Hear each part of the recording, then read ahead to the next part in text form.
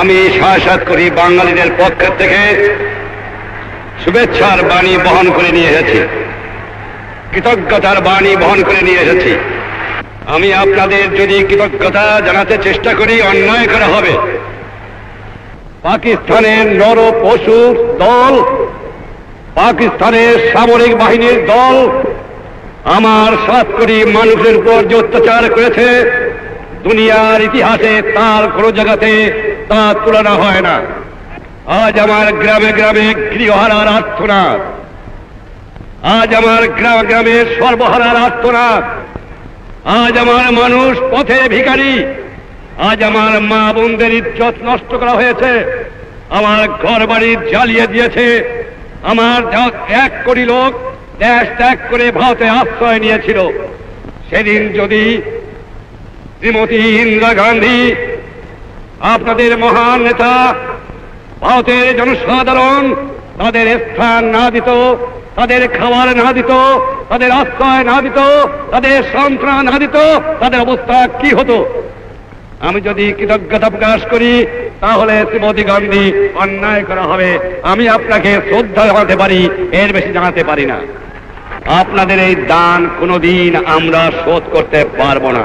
স্বাধীনতা পেয়েছি বড় রক্তের বিনিময়ে পেয়েছি।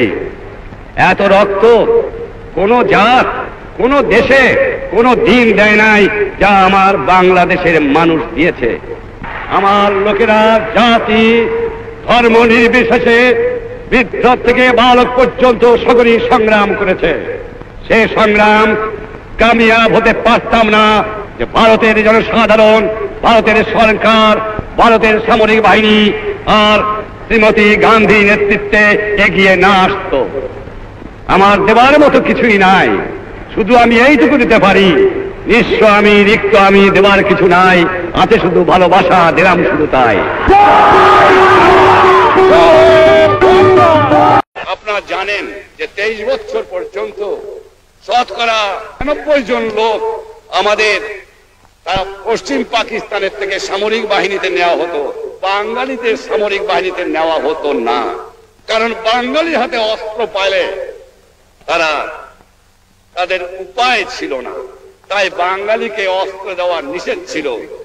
আর আমি আপনাদের এই আশ্বাস দেবার পারি যে বাংলাদেশ 4টে স্তম্ভের উপর চলবে: জাতীয়তাবাদ, সমাজতন্ত্র, গণতন্ত্র আর ধর্ম নিরপেক্ষ রাষ্ট্র।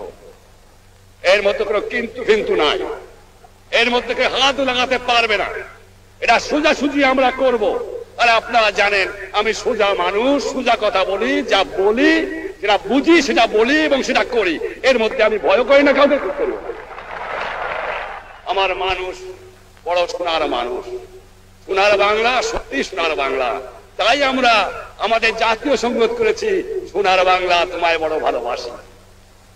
তাই আমি আপনাদের সকলকে আবার আন্তরিক ধন্যবাদ জানিয়ে বিদায়ের বাসনা বলে যাই, আমাদের বন্ধুত্ব অটুট এবং অক্ষয় থাকবে। আপনারা আমার সঙ্গে স্লোগান দেন, জয় বাংলা, জয় বাংলা।